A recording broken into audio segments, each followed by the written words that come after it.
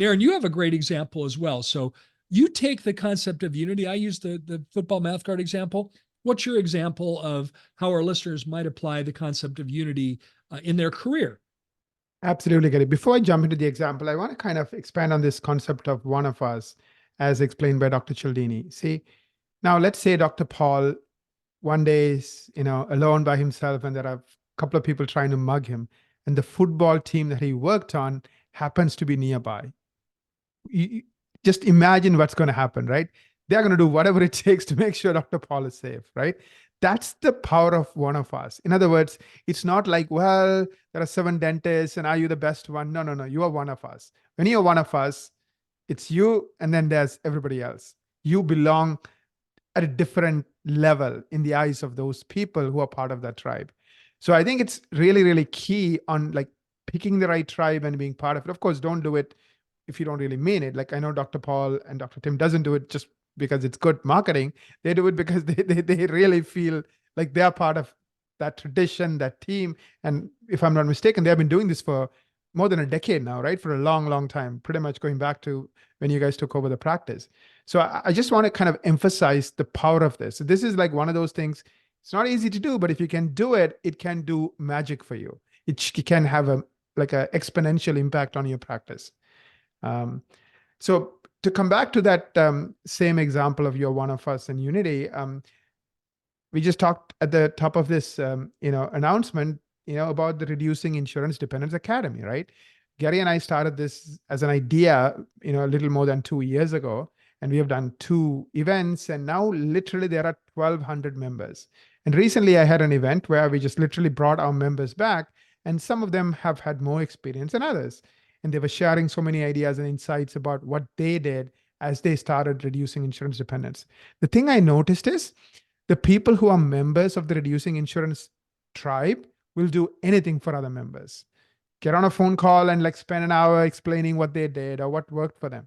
They are ready to do it. Why? Because they just identify with that tribe. They feel like I got so much from this group and I want to give back. So it's no longer It's a like we. It's a we. it's a we. It's a we. It's no longer like calculation about is it a good idea? Is it a good time use of my time? What am I going to get out of it? All of that kind of Compare goes that, away. Naren, to when a dentist goes to his or her local dental society Right. meeting and they start talking about going out of network. What are they usually met with by the local dental society members? What are they met with when that happens? Yeah. Usually it's like, you're crazy, everybody else, like What have you been nobody. drinking? You're nuts. That can't happen here. It's the opposite. Instead of Exactly. encouragement, support, reinforcement, you're essentially belittled.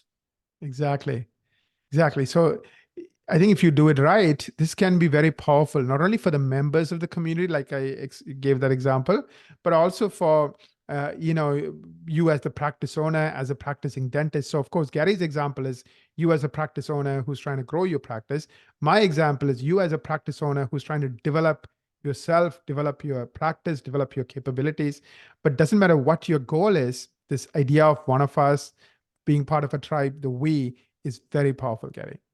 In our summit that we did, our RITA summit that happened in October, we had a session that included 3 doctors that have successfully reduced insurance dependence in their practice, and they all told their stories. And we got lots of positive feedback about how cool that was to hear how they navigated the challenges, how they overcame hurdles, how they got their team behind it.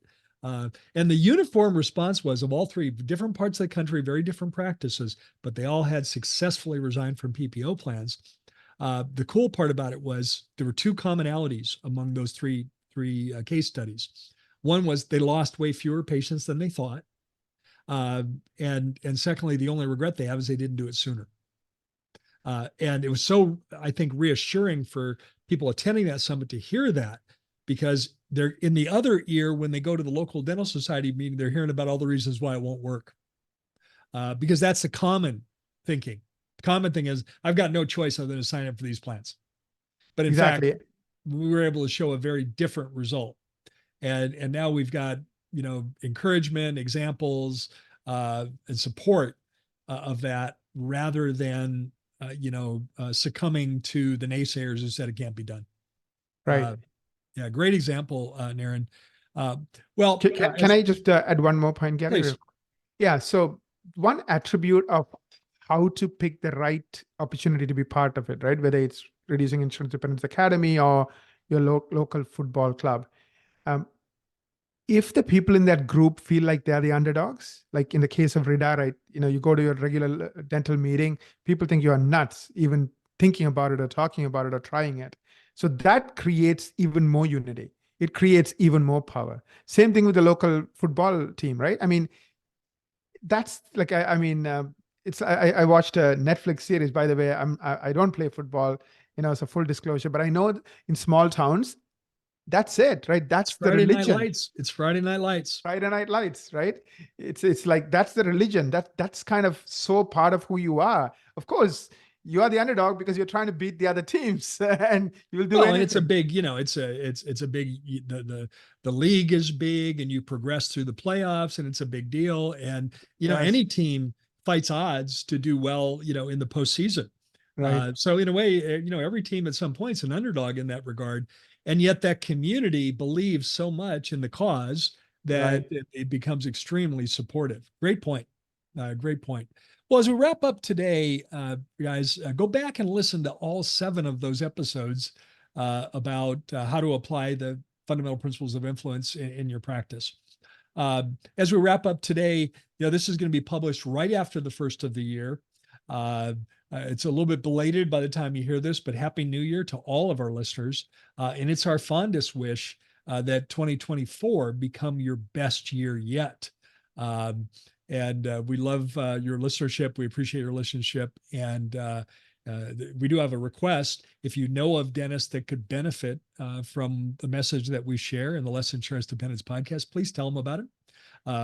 We have some exciting plans for the new year in terms of the podcast, and we look forward to your continued support. Thank you for the privilege of your time. And Naren and I look forward to connecting with you on the next Less Insurance Dependence podcast.